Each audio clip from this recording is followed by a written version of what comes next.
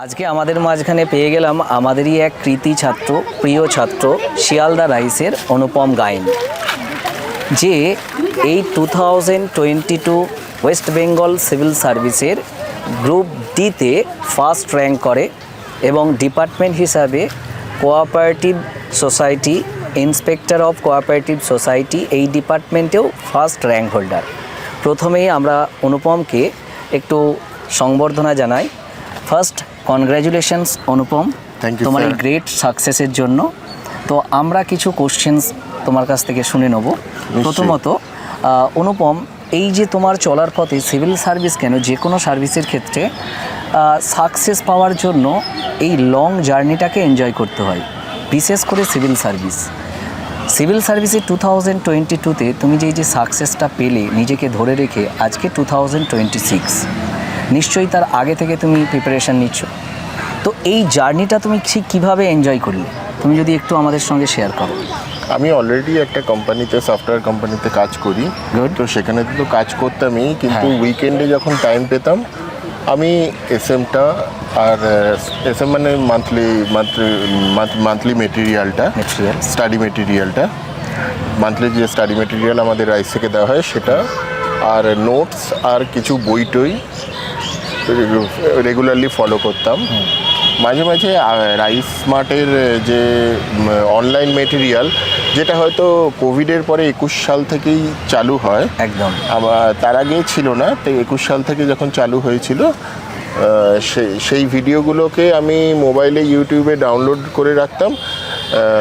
Office ফেরার পথে মাঝে মাঝে সেগুলোও শুনতাম, যাতে একটা মানে মেমোরাইজ করা যায়। তো সেই রকম মোটামুটি স্টাডিটা কিছুটা টাচে থাকার চেষ্টা করতাম। আর রাইসের ক্লাসগুলো যে জায়গাগুলোতে আমি খুব দুর্বল ছিলাম, সেই ক্লাসগুলো আমি রেগুলার বেসিসে অ্যাটেন্ড করতাম। মিস হয়ে গেলে ব্যাকআপ ক্লাস অন্য ব্যাচের সাথেও করতাম, এবং অফকোর্স নোটটা ঠিকমতো করে মেনটেন করতাম একদম। আর মক টেস্টগুলো সবগুলো দেওয়ার চেষ্টা করতাম টাইমলি। না পারলে সেগুলো বাড়িতে, তার পেপার বাড়িতে এনে বাড়িতে অফলাইনে মানে নিজের সেট আপে টাইম ধরে ধরে দিতাম। তো আমার মনে হয় এটাই তো মানে না, বিনা চেষ্টা মানে এইটা করলে অনেকটা কাজই হয়ে যায়। আর প্রথম 6 মাস তো মনে হয় কিছুই জানি না, কিন্তু সেই 1.5 বছর না হলে কখনোই নিজের থেকেও কনফিডেন্স পাওয়া যায় না যে হ্যাঁ আমরা কিছুটা জানি। তো ঢুকেই পেতে হবে এই রকম মানসিকতা হলে কিছুটা ফ্রাস্ট্রেশন আসবেই। কিন্তু আমি সেরকম কখনো ছিলাম না, যেহেতু আমার অলরেডি একটা চাকরি চলছে। তো ঠিক আছে, আমার সময় যতদিন আছে আমি চেষ্টা করি, হয়ে যাবে, একটা হলে হবেই আশা করি।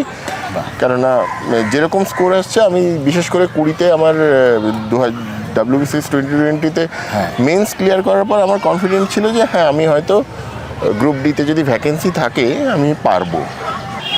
WBCS এর মতো পরীক্ষা, যার একটা প্রিলিমিনারি 200 মার্কস, মেন্স সেখানে কম্পালসারি 1200 মার্কস, তার সঙ্গে যার অপশনাল থাকবে আরও 400 মার্কস, তাহলে প্রথম থেকে একটা স্টুডেন্টের কিভাবে স্ট্র্যাটেজি নিয়ে আগানো উচিত, তোমার কি মনে হয়? প্রিলিমিনারি বা মেন্স, কম্পালসারি, অপশনাল, এগুলো স্টেপ বাই স্টেপ সে ক্লিয়ার করতে পারে।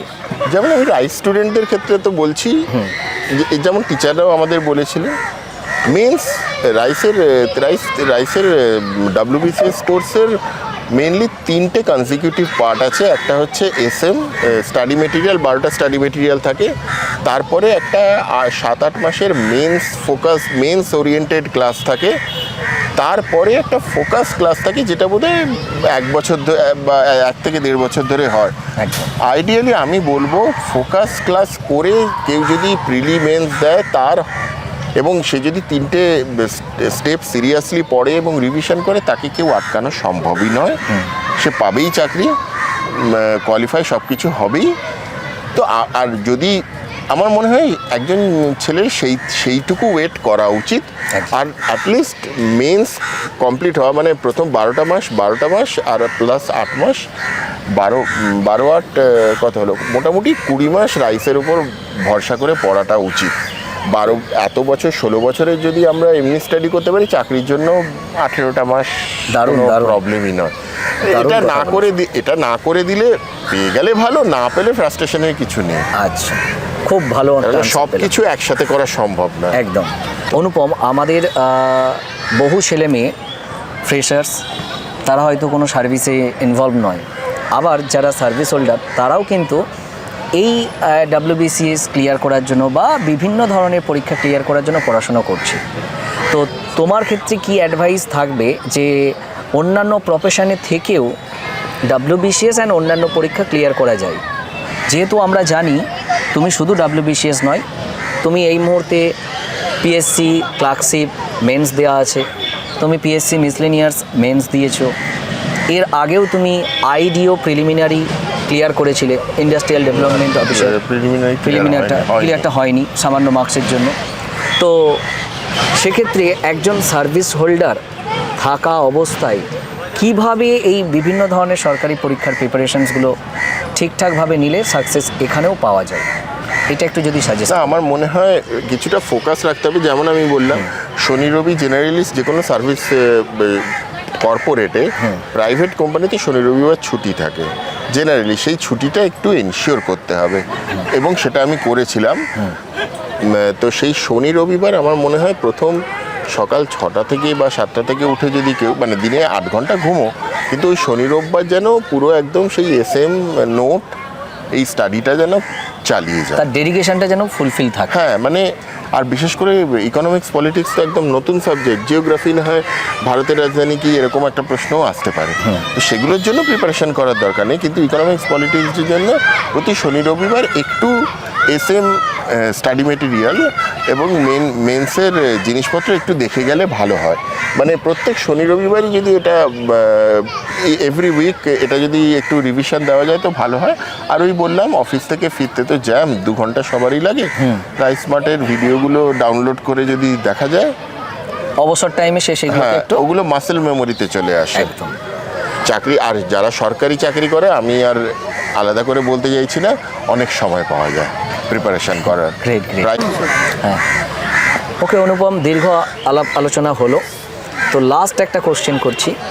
দেখো, গ্রুপ ডিতে 3টে ডিপার্টমেন্ট রয়েছে, তোমার ক্ষেত্রে দেখলাম তোমার first choice inspector of cooperative societies, কেন এটা ফার্স্ট চয়েস রাখলে? তো আমার মনে হয় inspector of cooperative society first choice, এটা এই কারণে বলা হচ্ছে যে আমি পিডিও পঞ্চায়েত ডেভেলপমেন্ট অফিসার নিইনি বলে। তো রাদার আমি বলবো আমি পঞ্চায়েত ডেভেলপমেন্ট অফিসার কেন নিইনি, বা পঞ্চায়েত ডেভেলপমেন্ট অফিসার অন্য যারা নেয় তারা কেন নেয়। জেনারেলি যারা অন্যান্য যারা পঞ্চায়েত ডেভেলপমেন্ট অফিসার নেয়, তারা একটা প্রমোশনের স্কোপ পাবে যে তারা একদিন বিডিও হবে। তো আমি যেহেতু একটু এজেড ওয়েতে জয়েন করছি, তো আমার সেই স্কোপটা রীতিমতো কম। আর cooperative is a new way of is a new avenue of doing business. আমাদের মতো এই ডেমোক্রেটিক কান্ট্রিতে কর্পোরেট ওয়েতে সব কিছু করা সম্ভব নয়, কর্পোরেট ওয়েতে করলে সবাইকে ইনভলভ করা সম্ভব নয়, আর ডেমোক্রেটিক্যালি কাজকর্ম কর্পোরেটে হয় না, সম্ভব নয় সেটা করা প্রফিটেবল ওয়েতে। তো দুটোর মধ্যে মার্চ করতে হলে একটা মিডল ওয়ে নিতে হয়, যেটা হচ্ছে গিয়ে কোঅপারেটিভ। এবং আমাদের যে মেক ইন ইন্ডিয়া কর্পোরেট ওয়েতে আমার মনে হয় অনেক কিছু বাধা বিপত্তি আসছে। তো ছোট ছোট ইন্ডাস্ট্রিকে কোঅপারেটিভ ওয়েতেই আমার মনে হয় এখন করতে হবে, এবং প্রধানমন্ত্রী এরকম অনেক ইনিশিয়েটিভও নিচ্ছে, এবং মুদ্রা লোনেও কোঅপারেটিভ দিয়ে ডিসবার্স হচ্ছে। তো আমার মনে হয় এইসব জায়গায়, আর যেহেতু সব থেকে বড় কথা হলো এই কোঅপারেটিভ ইন্সপেক্টরের সিটের সংখ্যা অনেক বেশি ছিল, এবার 227। তো আমার মনে হয় সেখানে চান্স বেশি হতে পারতো, তাই আমি গেছিলাম।